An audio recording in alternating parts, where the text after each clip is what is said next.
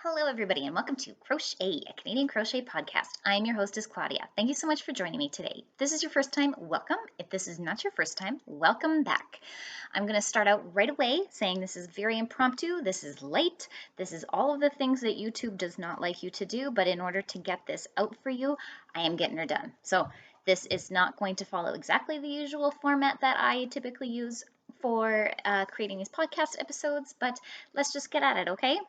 So we're going to start with finished objects, and I have one thing that I finished. So last week, you'll remember that I was working on a pair of socks for my daughter, and I got them done. I got them both done. They are finished. Actually, not last week. It was for sock week. So my goal for sock week was to get this one finished, which I did. And then I worked this one up. And after the headache that this one caused because it took so long and I had to pull it out and put it back together and pull it out and put it back together. And once I got like the recipe down for this sock pattern, this yarn size, all of that, this one I got done in like a day. Like it did not take very long. Like, and obviously, yes, because they're little shorty socks, they don't take as long. But yeah, like it went along so nicely. And I told my daughter originally, I was like, look, like I can pull a bunch of yarn out and make them like match, but otherwise they're not going to match exactly. And she said, oh, that's okay, because she has this one pair of socks that I bought for her when she was little, and it actually comes in a trio. So none of the socks are the same, but they all go together. And I said, oh, like I could do the same thing. And she's like, oh, no, two socks is just fine as long as they're the same color. So they are sisters, but not twins. And she really likes them. She wears them all the time. So it went well. And one thing though that I did differently on this one than this one is I used a smaller hook to do the ribbing and the top versus the rest of this. So I believe I used a 3mm hook. It'll be in my notes in my Ravelry queue. So I actually wrote that down for this one. Yeah, so I used a smaller hook size on the ribbing than on the rest of the sock. This one I used a 3.75mm Bates hook, and this one was a boy style 3 because I don't have a Susan Bates 3mm hook. It is on my wish list though.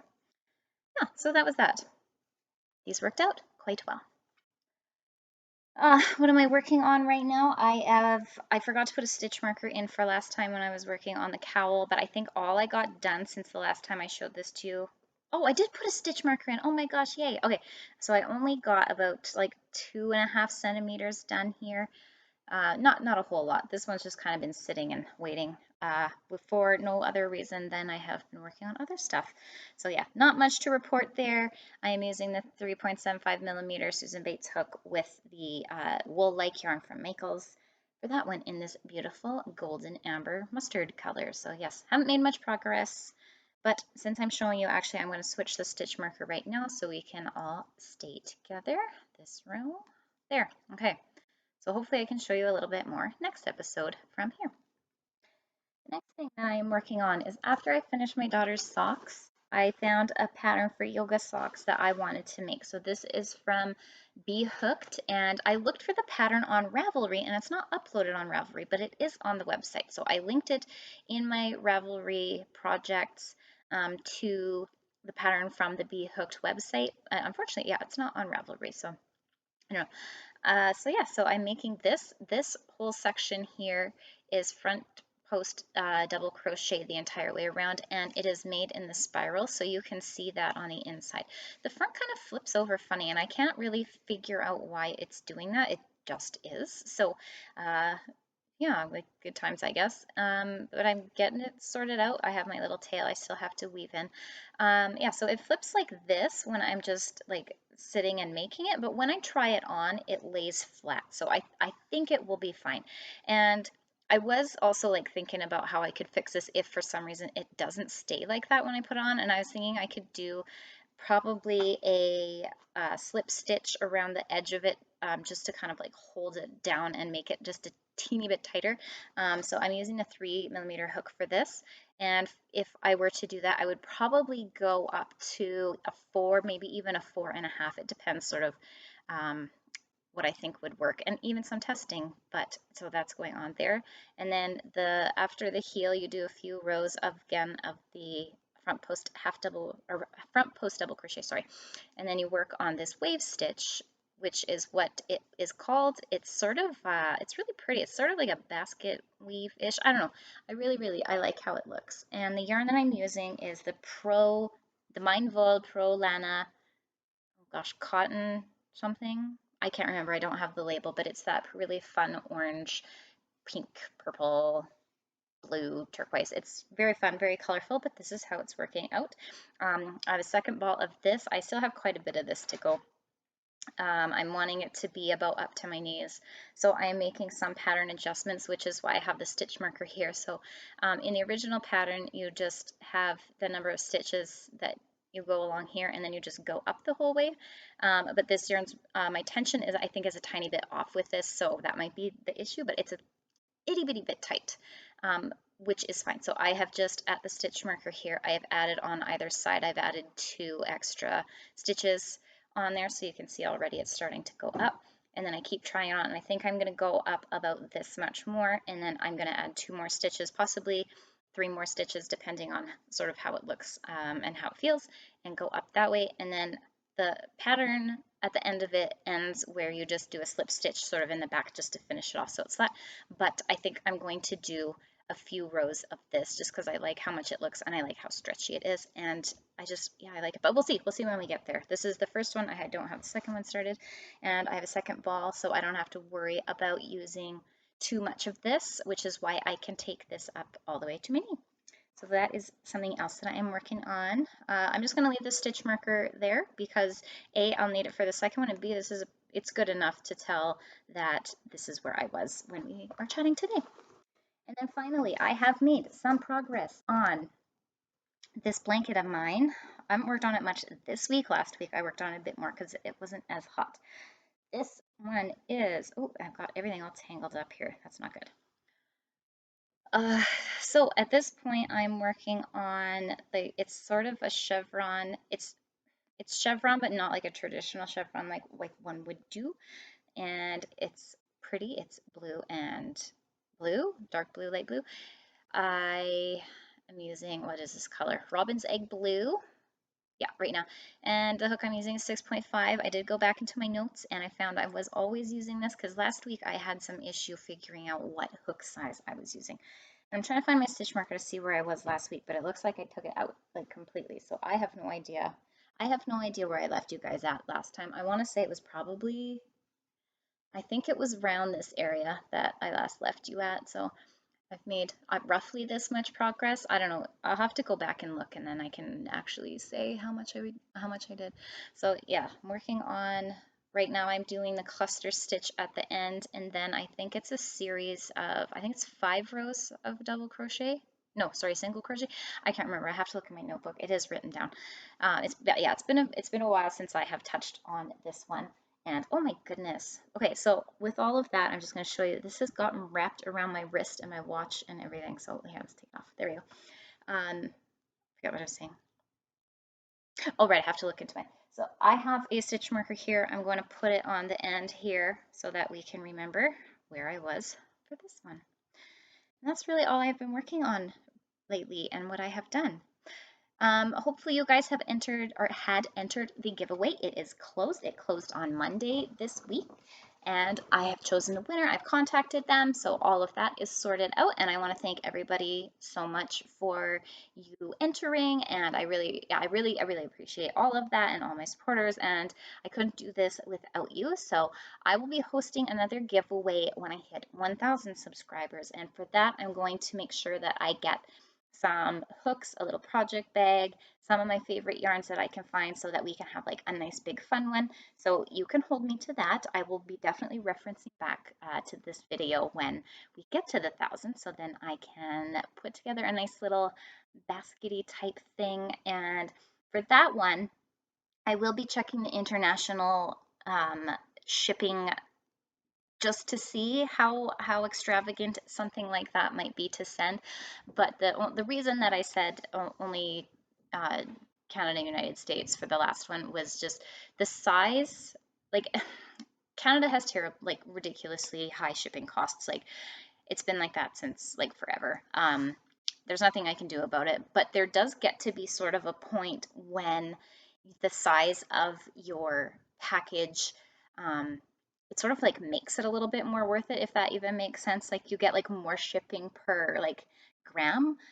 So in some cases, when you're sending a large-ish parcel, it's not technically that bad. Like I know what I mean. It's like when you go like and buy things in bulk, right? Like sometimes you can get like 2 kilograms of oatmeal for like $1 more than the 500 grams of oatmeal, right? So you get the one that costs $1 more for like 3 times as much.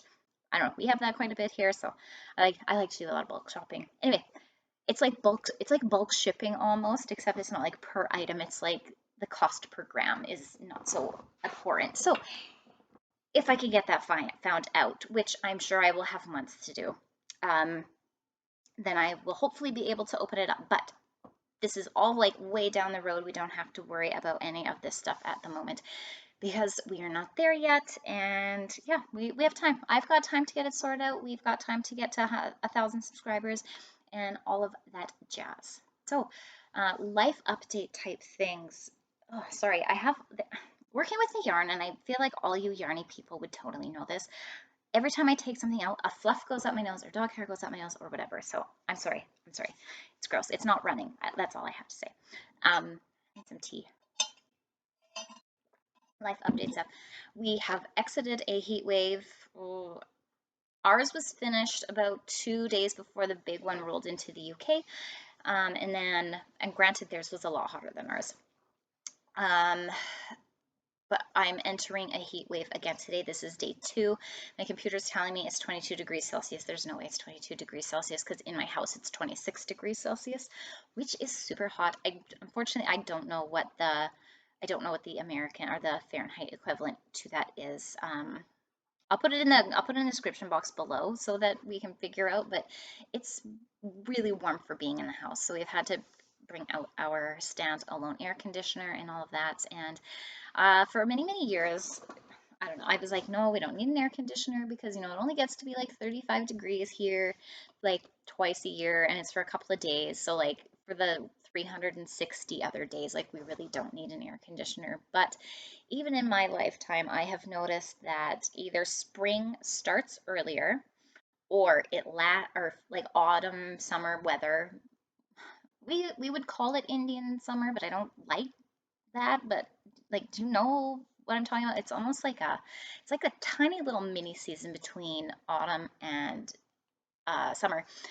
That it's still kind of hot, but we've had like a chill to kill a lot of stuff. But then it like heats back up and it's that weird. Anyway, in that gap season, that has been lasting a lot longer, and we have had temperatures well into the 20s up until the end of October, which typically is very unusual. Like when I was a kid, almost every single Halloween had snow, and we haven't had snow or really like that cold of weather for Halloween for, gosh, probably like 6-7 years. Yeah, I honestly, like, I can't really remember the last time it snowed on Halloween or it was that cold. So that's a bit unusual. So all of that being said, either I'm getting old and weak or I'm just really feeling warming weather coming north. But we've been considering getting a air conditioning system for the whole house. It's not something we can get right now, and it would not be worth it right now because, granted, it is the middle of summer here. Probably going to have another couple heat waves, but it's just, yeah, it's one of those things. And I'm like, if we're going to get it, I would want to get it in sometime like April. Well, no, April's not a good time. Beginning of June, maybe, if we can find a non-rainy spot. I don't know. It's kind of weird to live here. It's a land of extremes. We have very hot and very cold. And I'm not saying nobody else knows how to do it hot. Nobody else knows how to do it cold. Like, I get it. We don't have like the kingdom of cold and the kingdom of hot. I'm just saying the extremes. That's what it is. Like, I don't think Florida gets to minus 35 very often. I'll have to look it up, but I'm just saying. And yes, I know, like, it's relative because after it's done being 35 degrees, I feel when it's 22 degrees outside, I'm freezing cold. So, which is ridiculous because if I had 22 in the middle of February, I'd be like, yes. Anyway, that was a tangent. I apologize. Heat wave. going to the river a lot with the dogs to keep them cool in that instance. Oh, and I have been Saskatoon picking a lot with my family. So Saskatoons are sort of, I believe botanically they are similar to a blueberry. They're about that big. They're about half the size of a blueberry, and they have other names and stuff. Again, I'll put all of this information in the description box below in case you're interested at all. But I love urban foraging, which is so nerdy, I feel. But the town that I live in, sorry, excuse me, the town that I live in, they have guides that they put out every year where they have the urban foraging list. So there are crab apples and stuff like that all over, which anyone is free to come and pick. We do have some issues with some people coming in and taking like clear, like it's basically clear cutting the crab apples in particular.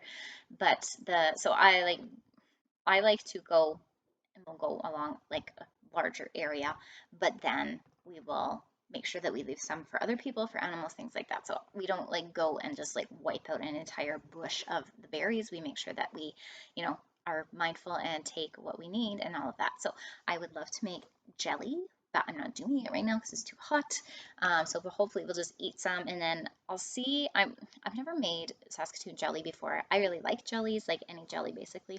My husband's not as big of a fan, but that's okay. I'll be the one to eat it.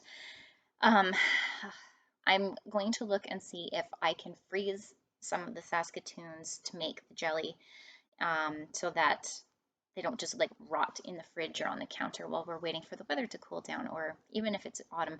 I'd imagine that it's going to wreck them all that much. And I mean, I could probably even like do the cooking of them.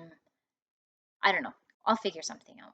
If anybody has any ideas about like canning and making jelly and stuff like that, please let me know in the comments below. I would love to hear it. Or if you're an urban forager, what's your favorite thing to forage for? What are you working on? I love to hear all of that stuff from you guys. It's so awesome. Okay, so this is a very short episode. Try to rip through a few things. Yeah, that's really all I've got to report.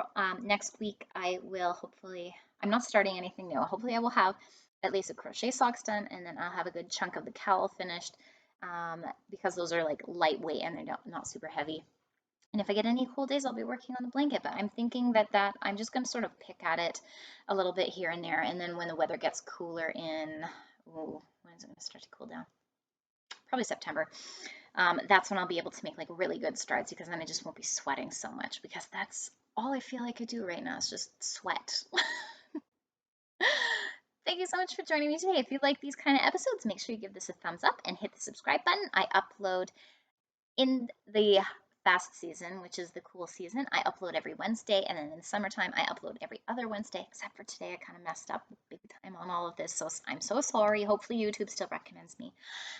Yes, thank you so much. Have a great day, and I will see you next time.